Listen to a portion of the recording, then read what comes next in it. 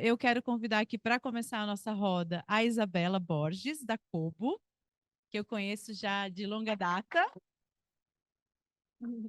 Obrigada, Bela. Obrigada, viu? A Elaine, eu acho que ela foi. Quero convidar a Larissa, também que eu conheço de longa data, foi uma das primeiras candidatas da Lina. Obrigada, viu? Obrigada. E a Elaine foi ao toalete? Eu apresento. Bom, vamos lá, gente. Eu acho que eu não me apresentei antes, né? E eu sei que eu conheço a maioria das pessoas aqui, mas eu vou contar um pouquinho mais, né, da minha trajetória, até porque a gente vai estar falando sobre liderança feminina. Eu sou uma mulher, e aí eu já vou entrar na roda da Tati também, que eu tô vendo que a Tati não está aqui, mas já vou entrar. Que agora a gente está chegando num segundo momento, pelo menos da minha jornada, de entender um pouco mais algumas coisas. Então, eu vou me autodescrever, porque agora é a hora da gente começar a se educar e se autodescrever para algumas falas, né? Então, eu sou uma mulher branca, cheia de privilégios, de 1,75 m de altura, e que tem uma deficiência auditiva. Então, eu também acho importante compartilhar isso com vocês, porque muitas pessoas também não sabem, não falam, e aqui é um lugar de fala para a gente colocar as nossas questões. A nossa última roda é sobre deficiência também, né? Pessoas com deficiência, então a gente vai explorar melhor esse tema. Mas aqui a gente vai falar sobre liderança feminina. Aproveitando que a Elaine chegou, né, Elaine? Que bom, deixa eu te dar um abraço, seja bem-vinda, obrigada pela sua participação. Essa daqui eu brinco com ela que eu já fui atrás dela para algumas posições, mas ela sempre me esnoba. Não é bem assim, não é bem É. assim. E, bom, eu sou headhunter, fundei a Linus há 15 anos atrás. A Linus é uma consultoria de recursos humanos, como a maioria de vocês sabem. E assim, por coincidência, hoje nós somos uma consultoria que só tem mulheres. Então, isso também é algo que, para mim, eu nem tinha muita noção disso, mas hoje eu vejo que isso é uma coisa muito importante. Eu fico feliz por isso. A maioria estão aqui, então super obrigada, meninas, de estarem aqui, né, colaborando aqui com a gente. E assim, olha, ontem eu estava falando com as meninas, a gente trocou alguns áudios que a gente conseguiu se falar meio de forma um pouco, né, dentro da mas eu estava falando, eu quero trazer para essa roda conversas que vocês possam colaborar, inclusive, mas que a gente saia um pouco do mais do mesmo, falando de liderança feminina, tá? Eu tenho alguns dados aqui que eu acho importante compartilhar com vocês, que claro que se vocês derem um Google, vocês vão saber também, mas só para a gente contextualizar. A liderança feminina ela tem crescido, então tem aumentado as mulheres em cargos, né, de diretoria, de gerência, de conselho, isso tem acontecido, isso é uma realidade. Então, só para compartilhar aqui com vocês, hoje a gente tem, em 2017, a gente tinha 18% de mulheres em cargos de vice-presidência. Hoje são 34%. É o dobro, num curto espaço de tempo. Isso é muito legal. A gente tinha 21% de mulheres em cargos de diretoria em 2017. Hoje nós temos 26%. Também, né? Isso é interessante. Nós tínhamos 10% em conselho e agora a gente tem 21%. Isso é muito legal. A gente tinha na presidência 8% e hoje temos 17%. Isso também é muito legal. Então, isso são dados, né? São dados reais e recentes de 2022, inclusive. E uma coisa curiosa, quando a gente fala de porte de empresas, um número maior de pessoas, empresas até 9 funcionários, a gente tem 63% de mulher na presidência. Quando vai para uma empresa de grande porte, de mais de 50 funcionários, a gente tem 10%. Então, eu acho que isso são números interessantes para a gente pensar. Né? Então, quanto maior o porte das empresas, mais distantes estão as mulheres em cargos, né, de poder. Então, quero deixar essa reflexão aqui. E aí eu quero, antes de eu começar a fazer algumas perguntas para vocês, que são mulheres, que eu sei que são mulheres incríveis, que têm vidas inspiradoras, eu acho que a gente tem que compartilhar isso aqui também. Eu queria que vocês se auto-apresentassem, por favor. Elaine pode começar, já que está com o microfone, e depois eu venho com as perguntas, tá? Ah, tá bom. Eu sou Elaine Santana, uma mulher preta, como vocês podem ver, tenho 46 anos, sou casada, tenho 2 filhos, sou mãe do Caio, que tem 18 anos, do Gabriel, que tem 13 anos. Comecei a minha carreira muito eu vou dizer, não vou chamar de acaso, mas porque eu tive pais muito visionários que sempre acreditaram que a educação era a única maneira que a gente, né, tinha para chegar a algum lugar, então sempre me incentivaram a estudar. Então eles conseguiram me proporcionar tudo o que eu precisava para competir no mercado, ou enfim, sempre tendo escola particular, curso de inglês, para eu entrar no mercado de trabalho bem posicionada. Acho que um ponto interessante é que isso me fez, durante muito tempo, fechar os olhos sobre o racismo, né? Porque como eu tinha condições iguais, obviamente eu não era tratada como igual, obviamente eu não tinha os mesmos privilégios, mas eu tinha as mesmas condições de disputa. Então eu aprendi muito cedo a correr atrás, a fazer muito bem feito, a querer fazer 5 vezes melhor do que quem estava ao meu redor. Eu acho que grande parte do resultado da minha carreira é sobre isso, é sobre essa dedicação e essa maneira de não olhar para o racismo, mas tentando me diferenciar através da entrega que eu fazia através do meu trabalho. Então, eu me formei como farmacêutica, fiz uma pós-graduação. Depois, meu primeiro emprego numa indústria multinacional, eu tinha 19 anos, era uma multinacional alemã. Eu já trabalhava com qualidade, já falava inglês nessa época. Depois eu passei por, então, seguir na área de qualidade, mas fui para a área de garantia de qualidade. Passei, depois de garantia, um bom tempo em consultoria, em assuntos regulatórios, lá na época que a Anvisa foi fundada, então, 1999, fazia milhões de processos de registro de produto, então passei em regulatórios também. Depois eu fui para sistema de garantia da qualidade, então uma coisa mais estruturada, fiz bastante implementação desses processos. Passei um tempo em supply chain, fui para a área comercial, e aí minha mais nova função, eu brinco, que é quando eu resolvi, há 5 anos atrás, falei, cara, eu vou pegar tudo isso e eu vou usar toda essa expertise para fazer alguma coisa que eu ainda não sei. Resolvi começar a planejar a minha carreira. Então, há 5 anos atrás foi que efetivamente eu comecei a planejar a minha carreira profissional. E aí hoje eu sou diretora de marketing da América Latina para a Simrise. Também cuido de uma categoria global, então também sou diretora global de hair care, mas com muita dedicação. Lá no começo, sem muito planejamento, sem nenhuma referência, que eu acho que é outra coisa bem importante de compartilhar. E aí, há 5 anos, tendo entendido que eu tinha muita capacidade para chegar onde eu cheguei, para ir além de onde eu estou hoje. Então, é isso, sou Elaine Santana. Obrigada, Elaine. Bem-vinda. Por favor, Bela, se apresente. Agora ficou difícil, é?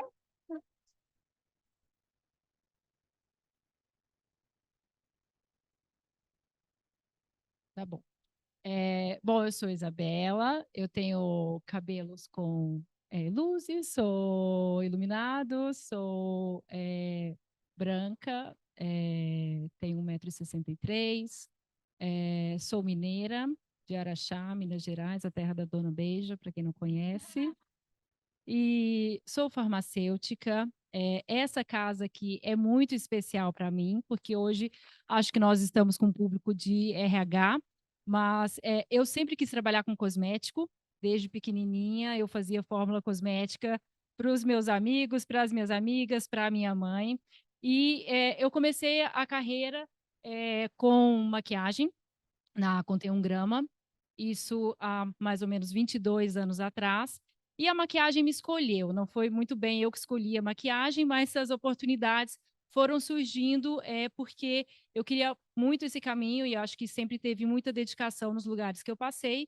E a minha base, digamos assim, que veio, trabalhei em 3 empresas, então minha base veio da Contém um Grama, em P&D, depois eu fui para a Cosmotec, que é o distribuidor da Kobo, que foi onde eu conheci a Kobo. Estou na Kobo já fazem 15 anos. Comecei como gerente de vendas aqui no Brasil e comecei sozinha.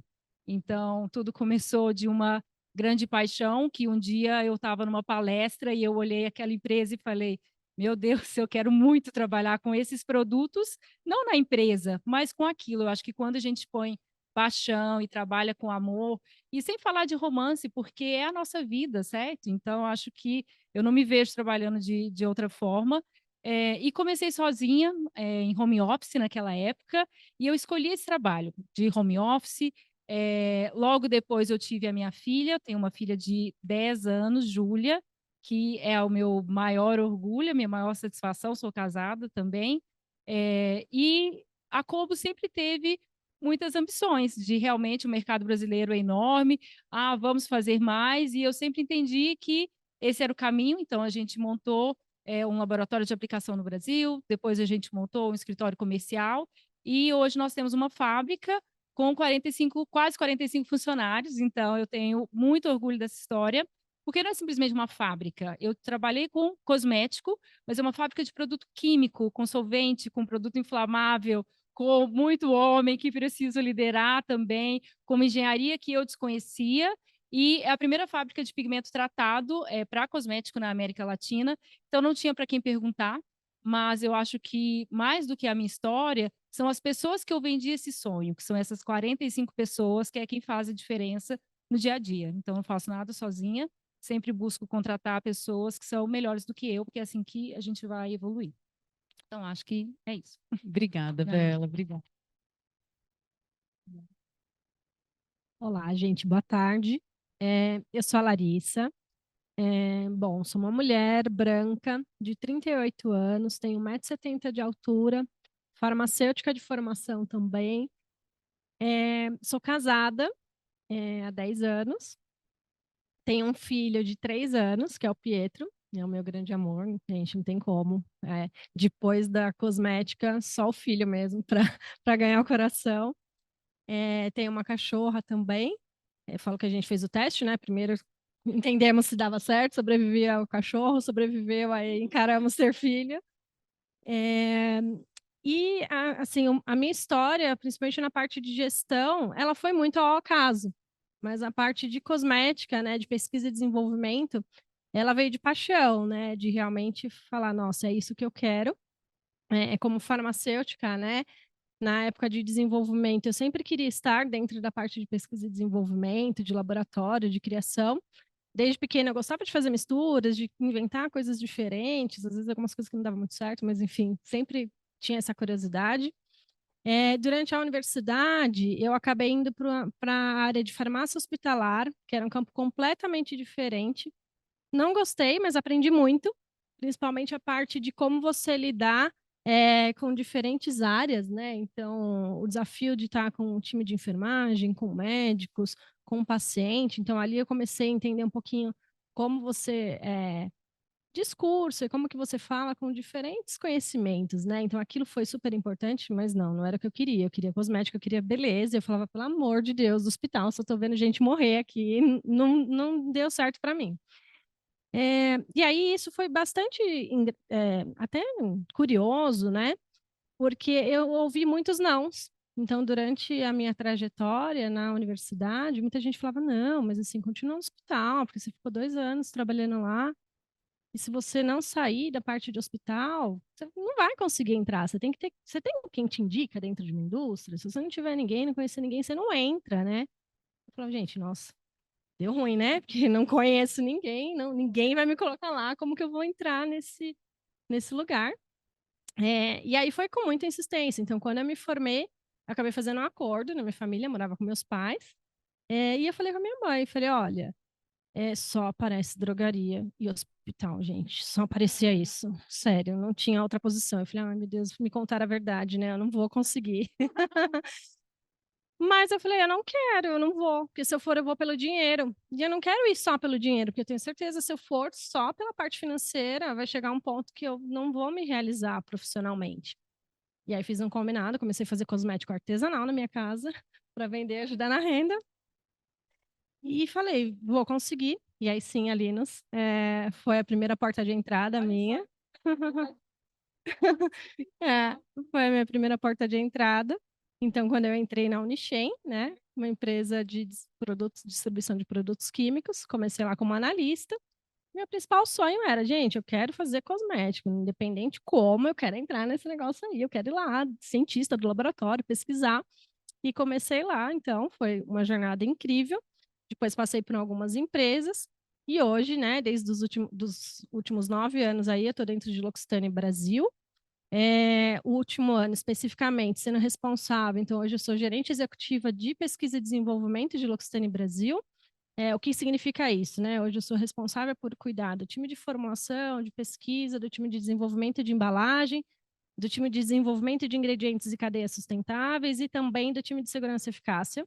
Bastante coisa, áreas que eu não imaginava. Time mais feminino, mais masculino? É um time bem misto hoje. Então, eu tenho 14 pessoas dentro do time. E ele está bem, hoje está quase 50-50 ali, né? Então, tá bem legal. Só que não era esse, não imaginava, tá, gente? Meu grande sonho era, quero desenvolver produtos cosméticos. Aí comecei lá na distribuição e falava, mas tá, é super legal, bacana, mas não tô vendo meu produto, né? Tipo, lançar, eu queria ali na prateleira, eu queria o consumidor falando bem ou mal, eu queria que ele tivesse sendo lançado. E aí, por isso que eu busquei essa trajetória, né? Passei por indústria farmacêutica também, e comecei na L'Occitane como formuladora. E aí, ao avançar da carreira, foi um gestor meu que conversou e falou: Nossa, mas Larissa, por que você não. Vamos tentar como gestão?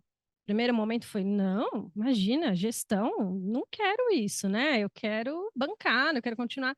Como que eu vou ser uma gestora e nunca mais vou poder mexer ali na bancada, formular, misturar as coisas, ter o meu produto, né? Ele falou: Então, mas hoje em dia você já está indo além disso, né? E aí foi onde eu falei: Vamos lá. Gosto de um desafio, vamos testar, né? E tenho testado aí nos últimos 6 anos. E aí me apaixonei também, porque talvez tão grande quanto a paixão de você fazer o produto é você conseguir passar conhecimento e principalmente você despertar um brilho no olho do seu time. Você fazer a mudança de conhecimento do seu time, né? Então, e você poder falar do seu time, nossa, olha, meu time está entregando isso. Eu falei, uau, nossa, isso é muito melhor do que eu entregar, né? Porque eu já sei aquilo que eu posso, né? Do seu time você tem que descobrir dia a dia. Então, essa é um pouquinho da minha jornada. Muito obrigada, Larissa. Eu vou pedir ajuda para a Mayara ou para a Manu, que eu estou sem tempo, então eu não tenho muita noção. Se puder pegar meu celular, por favor, só para eu, né? Tá. Então vamos lá. Vou perguntar. Vou começar a polemizar essa conversa. Bela, olha só, a gente tem os dados que comprovam o crescimento da liderança, né? Já é uma conquista das mulheres no ambiente de trabalho.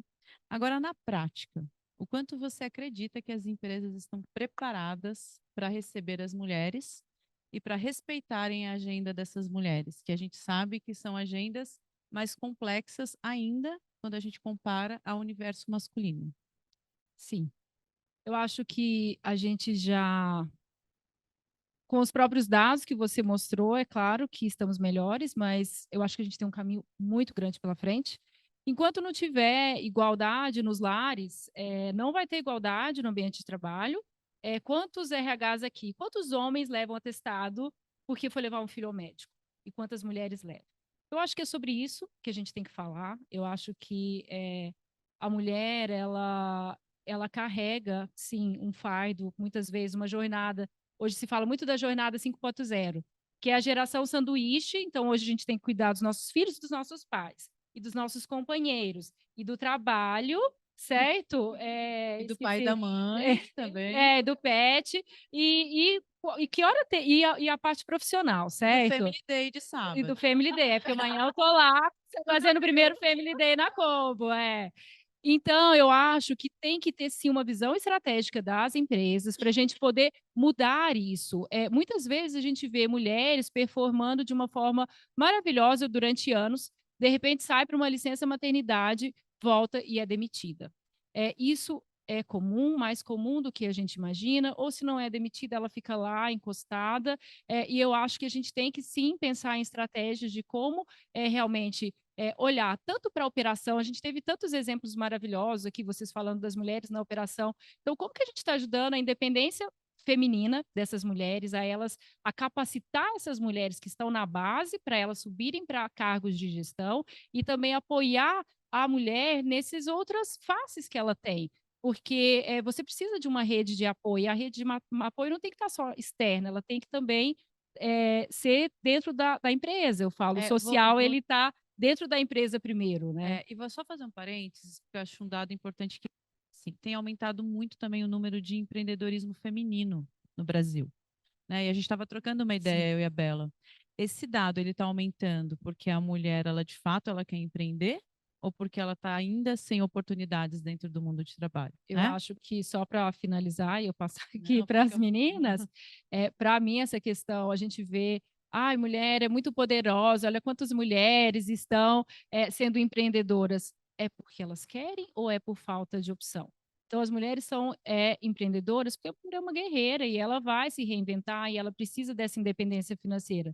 Mas, para mim, essa questão do empreendedorismo, ele está muito atrelado a ela não ter uma condição que favorável a ela dentro do ambiente organizacional para assumir os dois lados, o lado profissional e o lado, seja da maternidade, seja da casa, e porque não existe essa igualdade dentro dos lares. O atestado médico, né, de levar o filho faz com que a gente veja. O que você acha disso, Elaine? Eu super concordo e acho que a estratégia, né, se uma empresa realmente acredita que ela precisa aumentar o número de mulheres na liderança, primeiro eu acho que tem que ser pelo exemplo, então, né, como que você olha às vezes para um board que só tem homens, e aí você começa, e é isso, a gente começa a ver as mulheres muito, né, nas posições de base, e aí quando a gente começa a olhar para cima da pirâmide, a gente quase não vê isso, então acho que é como que você, né, como você traz isso através do exemplo, mas muito de criar uma estratégia para essa agenda das mulheres, que é diferente. Essa agenda é muito diferente. E aí eu acho que a gente pode ir além, né? A gente está falando das mulheres que, sei lá, hoje tem filho, tem uma licença maternidade de 120 dias. Mas, sei lá, e uma mulher que tem um filho especial? Como é que é? Como que é a agenda dela? Essa mulher nem tem, muitas vezes, espaço no mercado de trabalho. Então, acho que tem tantas outras agendas, que é isso, né? Como dizia a minha mãe, o filho é da mãe, né? Sempre é da mãe. Sim. A gente carrega essa questão da maternidade, que eu acho que nos dias de hoje a gente vê muitas mulheres, inclusive, fazendo uma opção, né? Ou eu tenho carreira ou eu tenho filho, o que eu acho tipo absurdo, né? Não tem que ser assim. As duas coisas, elas podem ser conciliadas. Obviamente, você precisa de uma rede de apoio, que você falou, interna e externa, mas essa decisão não deve ter que existir, e muitas vezes ela existe porque acho que a sociedade, e aí falando especificamente, as empresas não têm nenhuma estratégia para ter esse olhar que vai específico para uma agenda de mulheres, que é muito diferente de uma agenda de homens. Tá, e aí agora eu vou polemizando aqui, contando com a ajuda de vocês na polêmica, e vou passar para você agora, Larissa. O quanto você entende que as mulheres se ajudam dentro do ambiente de trabalho? Eu acho que é praticamente, eu não vou colocar nulo, mas eu vou colocar que é menos do que 40% de realmente ajuda genuína, né? Eu ainda vejo muita competição, então, humanamente, assim, você fala, e depois da maternidade eu descobri que eu falei, meu Deus do céu, se eu imaginava que a mulher era competitiva, no mundo da maternidade o negócio ficou um pouquinho mais complicado, né? Porque é absurdo do nível, seu filho já anda, seu filho já corre, já fala inglês, voa, já tá em qual profissão? Né? Tipo, oi, gente, calma, eu tô gatinhando ainda. Eu vou tentar fazer ele comer, daqui a pouco a gente conversa dos outros, né? E eu acho que não se ajuda, tem muita comparação, tem a comparação ainda até mesmo e assim, para mim, a gente está falando muito de maternidade, gestão e carreira, mas está tudo bem se você também não quiser optar por ser mãe, né? E a sociedade também cobra que a mulher ela tem que ser profissional, ela tem que chegar, né, num nível X, que ela tem que ser mãe, e tá tudo bem se ela não quiser também, né? Isso é uma opção pessoal, individual, que não deveria nem ser questionado, ao meu ver. Só que no dia a dia, as mulheres também, elas acabam não se permitindo nesse lugar. E por que não se permitem, né? Porque num dia a dia de uma reunião comum, você vê, ai, nossa, esse jantar que vai ter de negócio, talvez é um pouquinho difícil você ir, né? Ah, porque você tem filho, eu não. Eu então consigo uma agenda mais flexível e tipo, não, por quê? Né? Não necessariamente. Pode ser que você não tenha filho, que você tenha mais dificuldade para ir do que eu, né? É muito individual. Então a gente já vem com preconceito, né? E com a competição do não, mas eu tenho que ser maior, melhor do que você. E em toda a minha carreira, eu acho que quando eu penso em referências, né, de quem, para onde eu olho e falo, nossa, uau, do que eu quero ser. ou quem me ajudou a chegar, quem me abriu o olho, realmente foram mais homens do que mulheres. Tiveram algumas mulheres-chave, mas homens, eles parecem que encorajam mais, eles acabam tendo... A mulher tem a competição do tipo, nossa, não, mas aquele lugar tem que ser meu também, você não vai sentar na mesma posição do que eu. Então, pouco. Aqui, né, se a gente for pensar, é tudo muito mais complexo, né? Porque a gente tem um machismo estrutural atrás de tudo isso, né? Que na verdade fomenta com que isso aconteça, porque para que a gente fique nesse lugar de síndrome da abelha rainha. E por isso que aqui a gente precisa conversar sobre tudo isso, né? Porque assim, nós podemos sim nos ajudarmos e muito, inclusive olhar para essas questões de agendas e entender que sim, a gente precisa olhar essa mulher com mais acolhimento. Essa mulher ela ainda tem uma demanda muito mais difícil, né, muito mais crítica. E eu penso que vocês, né, na posição que vocês estão, e a minha, inclusive, né, e de muitas de vocês aqui, inclusive enquanto RH, é do nosso papel começar de fato a colaborar com esse movimento de mudança e de olhar assim para a mulher como uma pessoa que precisa vir mais para junto, né? E tem esse espaço, e tem essa competência. Porque olha só que interessante, ó. Também tem um relatório da The Regional Leaders, da ONG Conference Board, que mostra que as organizações com pelo menos 30% de mulheres em cargos de liderança têm 12 vezes mais chance de estar entre as 20% melhores empresas em desempenho financeiro. Ou seja, as mulheres, né, nos altos cargos de liderança podem trazer melhor desempenho financeiro. Por que vocês acham que isso acontece e pode acontecer? Quais são as competências femininas ou das mulheres né, que facilitam essa prosperidade a mais em porcentagem? Vamos lá. Acho Quero que ouvir de todas. sim, vou trazer um pouquinho aqui. Não sei se estatisticamente isso confere, mas eu acho que a mulher ela tem um poder de flexibilizar e de achar a solução muito fácil também, né? Então, provavelmente isso leva a resultados. E um outro ponto muito interessante que eu vejo na maioria do perfil das mulheres é enquanto ela não conseguir resolver aquilo, ela não vai desistir, não, né? Então, realmente, se tiver uma meta, ela vai atrás, vai engajar e vai conseguir trazer essa empatia. Bom, eu acho que a gente está falando aqui, independente se é mãe ou não, mas eu acho que a gente já tem essa questão do cuidado. Então, quando nós temos algo para você cuidar, você não vai largar isso enquanto você não conseguir realizar. A mulher, ela não consegue ficar ali assim, é difícil a gente também colocar um gênero, né? Porque eu também trabalho com muitos homens bons, mas eu acho que até por sermos obrigadas a ser multitasking, a fazer muitas coisas, a gente consegue entregar muitos resultados. Então, para mim, multitasking não deveria ser algo para a gente fazer, porque o nosso cérebro não foi desenhado para isso. Guilherme Quando a falou gente isso está, muito né, cedo, quando a gente está dirigindo, por exemplo, você falando no telefone, você não consegue fazer as duas coisas ao mesmo tempo, você não consegue nem lembrar o roteiro que você fez. Então, quem acha que multitasking é bom, não é. Mas nós somos assim, então não adianta. Eu acho que isso ajuda a mulher a trazer resultado, porque ela vai olhar assim para o lucro, para o EBITDA, mas ela também vai ter o olhar para os recursos humanos, para os liderados, e ao mesmo tempo ela vai pensar no social. Então, eu acho que esse resultado ele só traz o óbvio. Você sabe que eu estou lembrando do que o Guilherme trouxe de manhã, né? Da pessoa ativa, né? E do outro que vai para a guerra, né? Então, assim, a mulher, eu acho que ela tem isso muito bem, né? Ali azeitado, né? No perfil. O que você acha, Elaine? Eu vou no mesmo caminho com a Bel. Eu acho que essa questão da gente cuidar, e aí, quando eu falo cuidar, né, se a gente pensar no momento que a gente vive hoje, onde cada dia as pessoas sofrem mais com problemas de saúde mental, você ter um olhar para a pessoa é tão importante quanto você entender as habilidades técnicas, entender o que ela pode entregar, obviamente fazer push quando é necessário. Mas eu acho que esse olhar de cuidado ele traz um conforto que no final resulta em engajamento, que eu acho que é uma palavra-chave para quando você está ali dentro. Você consegue trazer para aquele teu mesmo objetivo, e aí você consegue mover a equipe, mas porque você cuida, que você olha para o indivíduo, além de olhar só para o que ele pode entregar. Muito obrigada, Elaine. E continuando com você, me conta uma coisa. Separei uma bem especial aqui para você. Vamos lá. O que você precisou abrir mão na sua jornada até a posição que hoje você ocupa e o que você definitivamente não abrirá mais mão para exercer um papel de liderança? Eu acho que tem um ponto, né, que talvez já tenha sido um motivo de, né, questionamento para muitas mulheres, mas em algum momento da minha carreira eu pensei muito sobre maternidade, então eu não queria abrir mão da maternidade, porque eu sempre quis ser mãe, mas eu escolhi momentos específicos da minha carreira para ter meus filhos.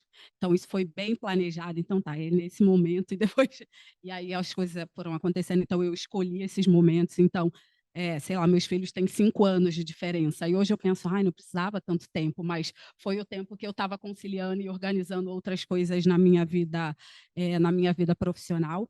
E definitivamente, para entrar no mundo executivo, durante muito tempo eu abri mão de ser quem eu era. Eu abri mão, eu tentei entrar num estereótipo porque era o que eu tinha de referência. Então, um mundo executivo, um mundo corporativo, cheio de pessoas brancas, com cabelos lisos. Então, eu tinha uma questão muito forte com a minha estética do ponto de vista mesmo. Eu sou carioca, então gosto de roupa colorida, gosto de cores. Então, olha meu sapatinho, né? Tem gente aqui que me conhece, que sabe como eu sou. Não, hoje eu estou super básica. De vermelha. Sou super básica, mas então eu fui abrindo mão um pouco dessa identidade porque eu queria me encaixar num padrão. E aí, até eu entender que não, definitivamente isso hoje é uma coisa que eu não abro mais mão. Eu consegui chegar. Eu acho que tem muito, né? Tem muito tempo de carreira, tem muita maturidade, mas também tem muita terapia para entender que eu entrego além da pessoa que eu sou, né? O que eu entrego é o meu resultado, né? É claro que a minha aparência dentro de um universo corporativo tem, né, tem que seguir o mínimo aí de dress code. É claro, eu não estou falando disso, mas assim, hoje eu não tento me encaixar em nenhum padrão. Então, assim, se eu vou para uma entrevista hoje, eu falo exatamente aquilo que eu acho que eu tenho que falar. Isso eu não gosto, isso eu gosto, eu sou assim, eu sou desse jeito. E aí, se a pessoa me quiser comprar o meu perfil, ela já sabe quem eu sou. Então, isso me fez tirar, sei lá, 500 quilos das minhas costas, porque eu simplesmente posso ser quem eu sou. Sou uma pessoa que eu falo bastante, eu sou uma pessoa que eu gosto de cuidar. Quem trabalha comigo, eu gosto de saber quem são as pessoas que trabalham comigo. Eu gosto de entender que momentos de vida que elas estão, porque eu sei que isso vai influenciar no trabalho que elas estão entregando. Então, tem um monte de características que eu achava que elas não eram compatíveis com o mundo corporativo. Porque durante muito tempo eu vi lideranças falando: olha, né, mostrando agressividade na forma de liderar, imposição. E eu achava que aquele era o padrão. Então, eu já me questionei muitas vezes, cara, então, será que para eu chegar a determinado ponto da minha carreira, eu vou ter que mudar? Eu vou ter que ser uma pessoa que eu não sou? E aí eu fui entendendo, fui encontrando meus caminhos com muita terapia, e hoje eu não abro mão de ser a pessoa que eu sou. Então, eu sou muito parecida com o que eu sou no corporativo. Quem me conhece fora sabe que eu sou muito parecida. Sou essa pessoa que gosta de gente mesmo. E aí isso me dá uma tranquilidade para fazer o meu trabalho. E aí agora eu só trabalho em lugares que me aceitam como eu sou. Então, acho que isso é uma coisa que eu não abro mão mais, de ter a minha personalidade e entender que as empresas que realmente falam de diversidade, elas estão falando sobre isso, né? Isso vai além do gênero, isso vai além da cor da pele.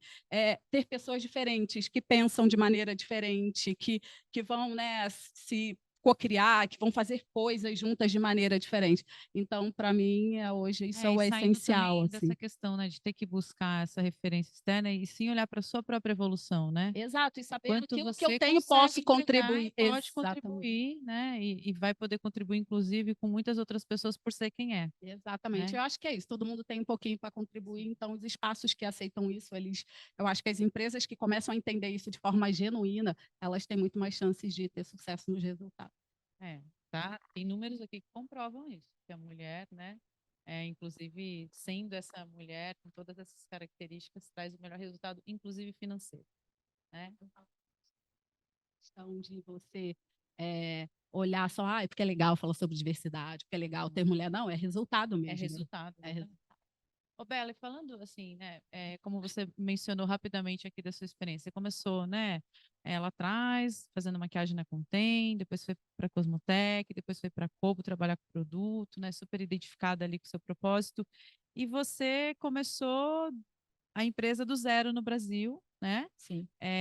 Tem 45 pessoas hoje, eu sei que já tem uma importância falando de fabricação mesmo para a América Latina, e assim, como que você conseguiu fazer isso pensando até em rede de apoio? Porque, como você bem colocou, você tem uma filha, eu sei que você tem uma agenda grande de viagens, eu sei que além de você ocupar a posição de diretora executiva no Brasil, você também faz parte do conselho da Cobo nos Estados Unidos.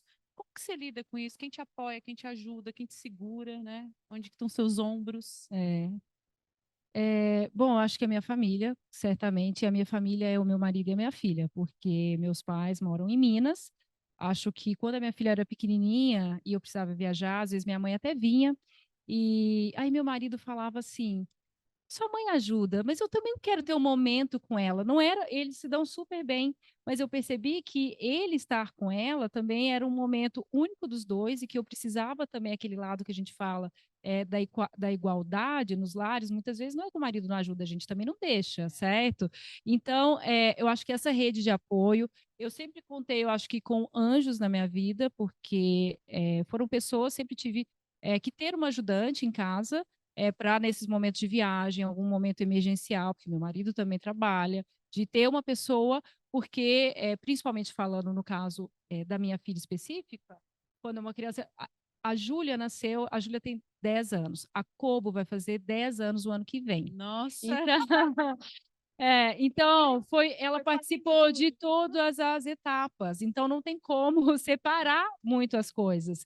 E aí, quando eu olho para trás e penso como eu fiz, eu lido muito com o presidente da Cobo, é uma pessoa que sempre me deu muita flexibilidade. Então, eu acho que quando você, a questão da liderança, você confiar na pessoa, ela entregando o resultado e você deixar ela fazer as coisas, eu acho que com certeza foi a rede de apoio, uma pessoa que acreditava em mim e que muitas vezes eu também tive que passar por alguns momentos ali, porque nem tudo são flores, né? Ao contrário, a gente passa por várias dificuldades, mas além de dificuldades, a gente passa por uns momentos ali que você fica também angustiado com você mesmo, que eu falava, eu não vou conseguir. Eu não vou conseguir. Como que eu vou montar uma fábrica? Eu não sou engenheira. Eu fui contratar um engenheiro, ele ficou 2 horas falando na minha cabeça e eu falava assim: que ele está falando? Que eu não faço a menor ideia. Enfim, consegui, acho que achar a pessoa certa, então, encontrar várias pessoas nesse caminho que me ajudaram. Então, eu acho que se eu fiz tudo isso, não foi sozinha, encontrei pessoas certas.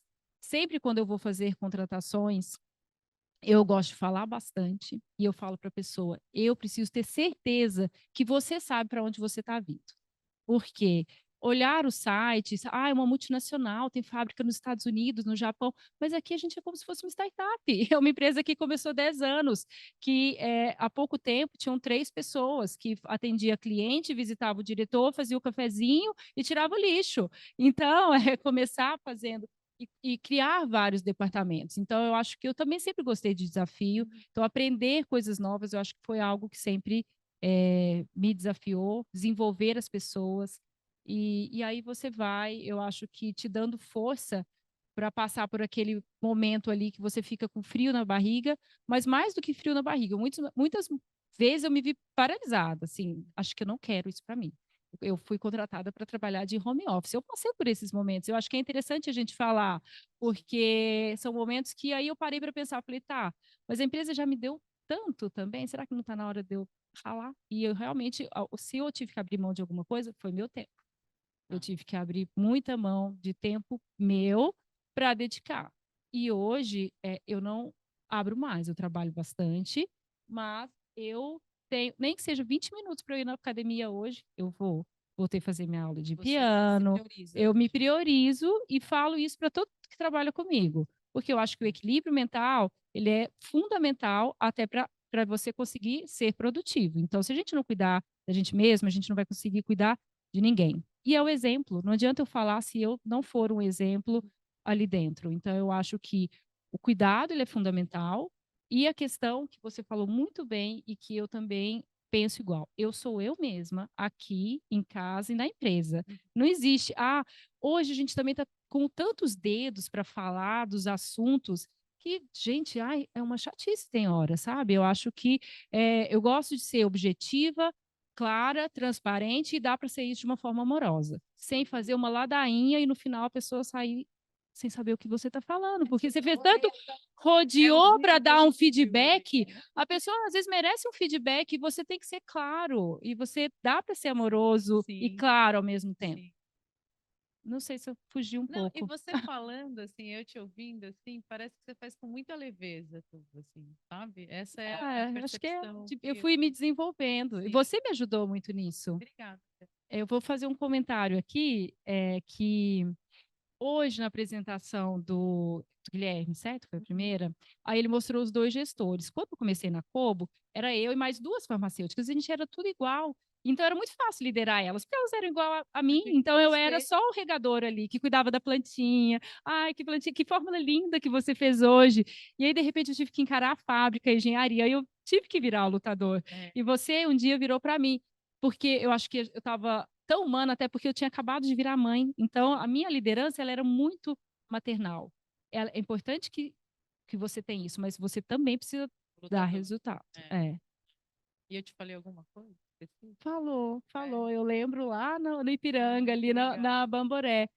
Mas de uma forma assim, acho que você fez um comentário que me deu um alerta. Eu estava sendo, acho que, muito Mãezona mãe, demais. muito mãe. É. Ainda sou, ainda tenho que me. Não, mas é interessante, né? Porque assim, a gente tava, o dia que a gente estava conversando, falando dos estilos, né? E Elaine falando do perfil dela, a Bela do dela também. E para mim é uma luta muito grande, assim, porque assim, eu no meu modo operante, assim, eu tenho características mais masculinas. Então, sou muito mais direta, mais objetiva, mais prática. E às vezes isso me cansa porque eu muito provavelmente estou desencaixada, né, da minha energia mais feminina. Então, é muita terapia, muito trabalho para aceitar o lugar de amorosidade também, de acolhimento e tudo mais. Então, eu sou mãe de 2 também, meus filhos, Manuela está aqui, inclusive, né, que trabalha com a gente, tem 21 anos, meu filho vai fazer 17, e eles me ensinam muito a falar: você não precisa ficar estressada, fica tranquila, fica calma, vai dar tudo certo. Meu filho fala: fica leve, mamãe, tá tudo certo. Então, assim, aí eu fico ouvindo vocês, assim, me inspira, assim, demais, sabe? Então, eu agradeço muito, assim, tô com vontade de falar isso para vocês. Obrigada. Larissa, eu vou te fazer uma pergunta aqui, tá?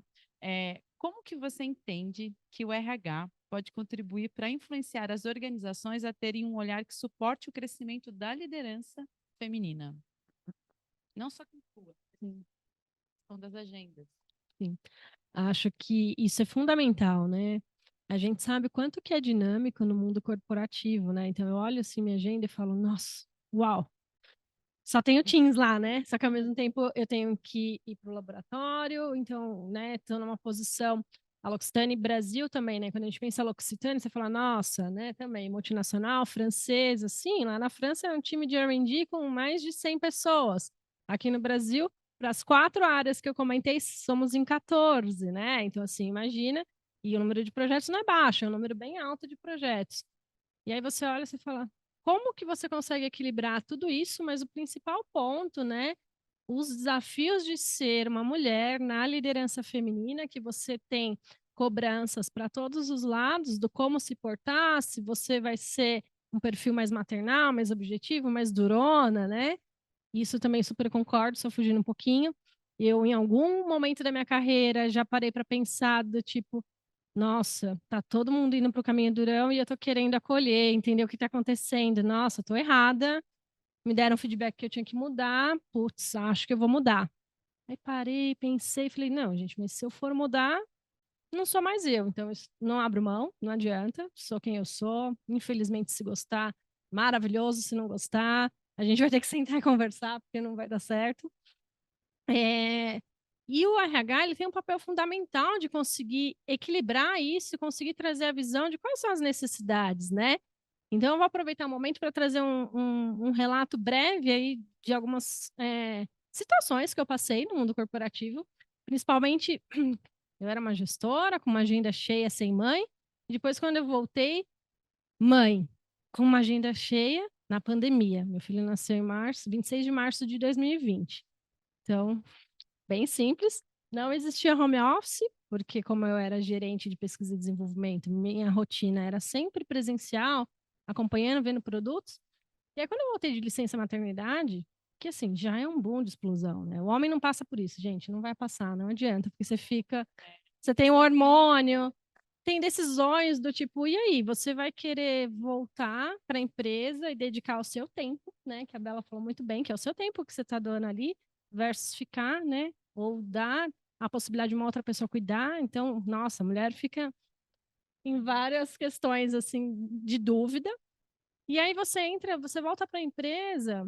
Eu, no caso, tive a oportunidade de ter a amamentação, escolhi a livre demanda, e aí voltei, né? Voltei e, gente, complexo, né? Porque seu filho não tá lá com você e você vai ter que tirar o leite. Só que você tem uma reunião, tá? Então, assim, você vai ter uma reunião.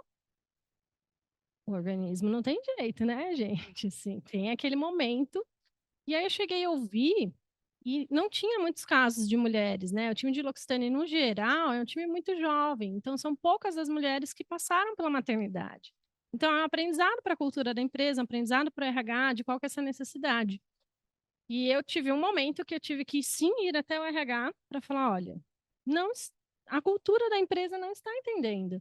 Ok, temos a salinha de amamentação lá que você pode ir, tem o seu momento de retirada do leite, mas é tanto estresse porque eu preciso estar exatamente naquele minuto da reunião, que se eu chegar 10 minutos atrasada, eu não estou sendo mais uma gestora que está liderando, por exemplo, só que não adianta, meu corpo não é uma máquina, gente, eu não estou conseguindo tirar em 10 minutos o meu leite e conseguir voltar, e assim, situações bem complexas, que às vezes você acaba passando, e aí você fala, tipo, preciso de ajuda, só que tem muitas mulheres que não levantam a mão para pedir ajuda, né? E aí, consegui, aí elas, não, mas por que que é isso? Mas você tem a sala, leva o computador. Eu falei, gente, não, não, meus amores, você não vai no, você não vai no banheiro, né? Tipo, você não vai no banheiro de computador fazer um print. Então, Não, assim, mas é incrível ouvir isso. infelizmente, mas assim, e eu tô compartilhando isso, não porque é ruim, é porque realmente não tem entendimento, porque não passavam por isso, né?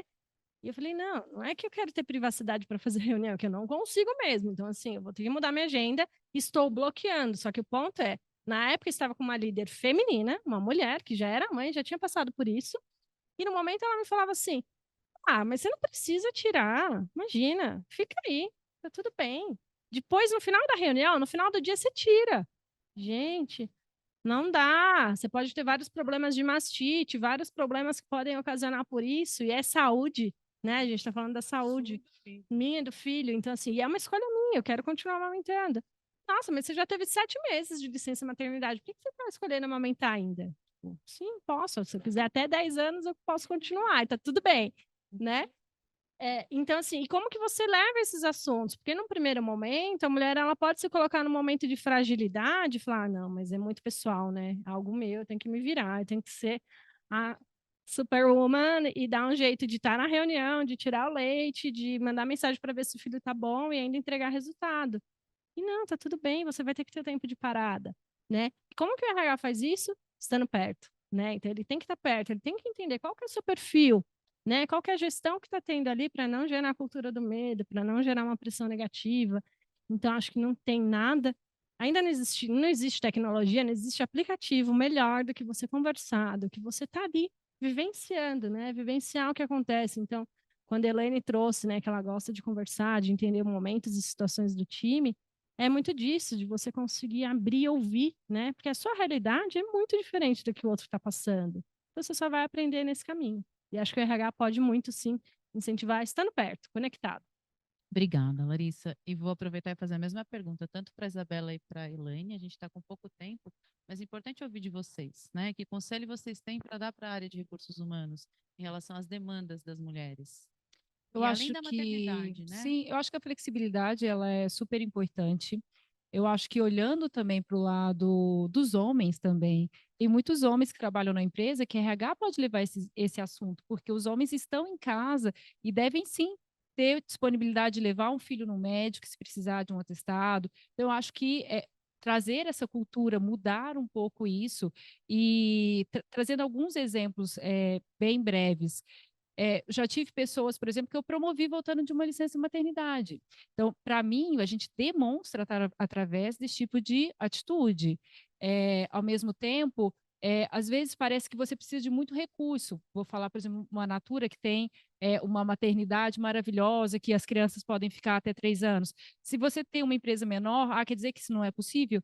Claro que a gente pode fazer pequenas coisas, como às vezes uma roda de conversa. Muitas vezes o pessoal não vai conversar no horário de almoço para desabafar, para falar pelo amor de Deus. Então, por que não formalizar grupos de apoio, às vezes com os próprios colaboradores, um grupo de apoio para a mulher, um grupo de apoio de finanças, porque tem muita gente que gasta o salário todo também no sexto dia útil do mês. Então, tem diversos temas que o RH tem que escutar para ajudar um grupo de apoio a bem-estar, à saúde mental, enfim, eu acho que indo um pouco além da questão da maternidade mesmo.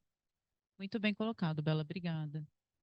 Não, claro que eu super concordo com a Bel e com a Larissa. Acho que, né, essas agendas específicas, essa proximidade do RH, enfim, tem maternidade, tem um monte de coisa.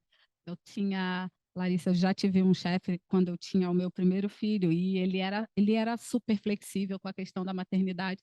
E aí eu ia na sala dele já com aquele medo, falar, a criança está com febre, tem que ir embora. E ele falava assim, urgência pediátrica, nem precisa me contar, vai. E e com o tempo foi isso, né?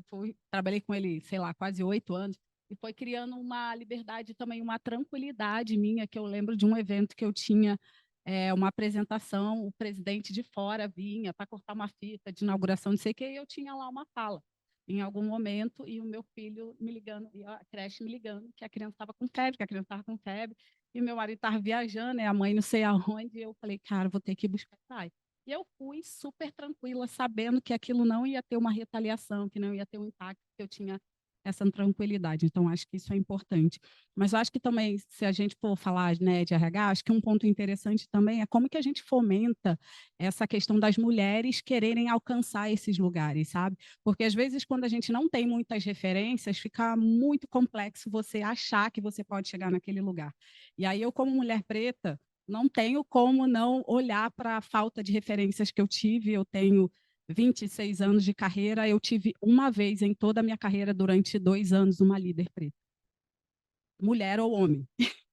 Então, assim, a falta de referência é uma coisa muito, muito complexa. Então, como que a gente cria dentro das empresas estruturas de como que ela pode chegar num cargo de gerenciamento? Por que que ela, mulher, não pode ser líder de produção? Então, como é que você fomenta esses grupos? Como é que você alimenta isso? Porque, para muitas mulheres, isso é totalmente incompatível com a vida lá fora, né? Não, mas eu tenho que trabalhar e eu tenho que cuidar da criança. Então, assim, como é que você fomenta isso dentro das próprias empresas? Eu acho que não sei se através de mentorias, verdade, não tenho ideia, mas assim, em nenhum lugar que eu trabalhei até hoje esse fomento existe. Então a gente meio que vai descobrindo, vai encontrando nossos caminhos, vai encontrando os anjos, vai falando, olha, acho que você consegue, vai, mas de maneira formal isso não existe. Então, eu acho que é a mesma coisa quando a gente olha, sei lá, hoje a gente vê, por exemplo, um monte de fomento para mulheres serem cientistas, sabe? Esses lugares já existem. Então, acho que para o mundo executivo é a mesma coisa. Eu acho que difícil você perguntar hoje para uma criança de 5 anos, ela fala, não, eu quero ser CEO. Não vai falar. Não tem, não existe. Então, acho que é isso. Acho que para muitas essa possibilidade dentro do mundo executivo nem é uma possibilidade. Bora criar né? essa roda. Né? Eu vou falar com o Raoni. Eu tenho uma afilhada de 5 anos que eu falo para você, é a futura CEO. E, Elaine, aproveitando, falando em futuro, qual o seu próximo passo de carreira? Gente, olha, será que eu conto? Vou A gente quer saber. Vou tentar resumir assim. Acho que, né, tem pouco tempo que eu estou na Symrise, tem só 10 meses. É a primeira vez que eu trabalho dentro de uma casa de fragrância, então eu falo que eu estou num momento bem especial, porque eu estou aprendendo bastante. Eu gosto de sentar nas posições onde eu sigo aprendendo, então com muitos desafios. Eu cuido de uma categoria global, que é a categoria de cabelo, então acho que tem muito para fazer ainda, mas dentro do meu plano de carreira eu já desenhei sentar numa cadeira de vice-presidente. Então, não sei onde vai ser, mas sabe aquela coisa assim, ainda não joguei para o universo, porque ainda estou me preparando. Te entregar. Então, não pede, mas sim, esse é o meu objetivo. E acho que além da questão da posição, né? Eu falo que assim, a posição tem um peso, é legal, assim, sou diretora e tal, mas para mim, especificamente, isso tem uma representatividade tão interessante. Então, assim, eu estar na Sunrise, e aí eu ver meninas, sei lá, que são estagiárias, ou que trabalham em outros departamentos, e vêm falar, meu, que legal que você está aqui. É muito, sabe, gente que vem me abraçar, que vem emocionada de olhar e ver que tem uma mulher preta numa posição de liderança e saber que elas podem chegar. Então, esse propósito, para mim, vai além de uma questão só de carreira, mas um propósito de vida, Por isso saber que que eu eu te fiz posso essa criar essa pergunta. referência. Assim. Obrigada. Obrigada a você. Eu agradeço muito. O nosso tempo está chegando no final, mas eu também quero ouvir de você, Bela e Larissa, qual é o seu próximo passo de carreira?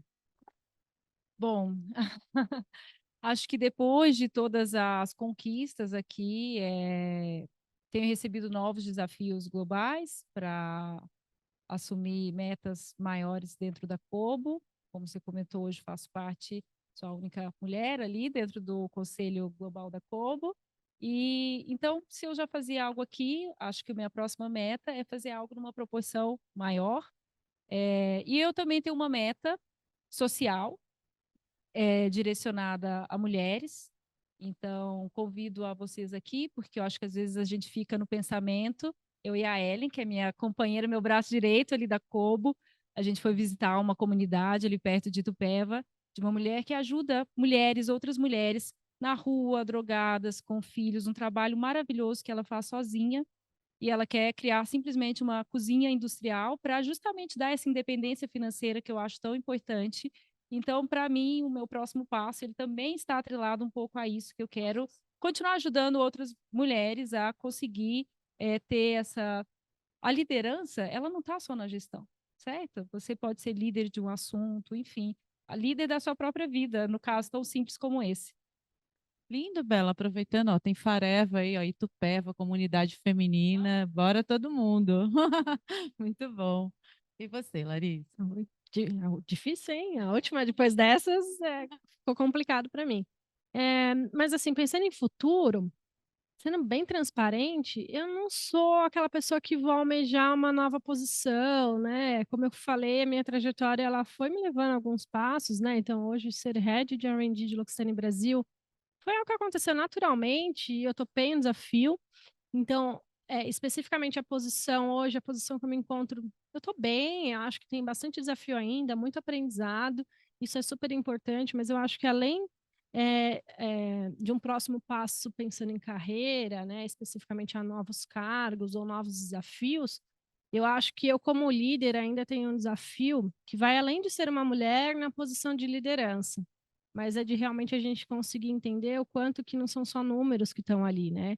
Às vezes a gente vê uma reportagem, a gente fala, olha que legal, o número está aumentando, né? Mas será que aquele número está aumentando do como, né?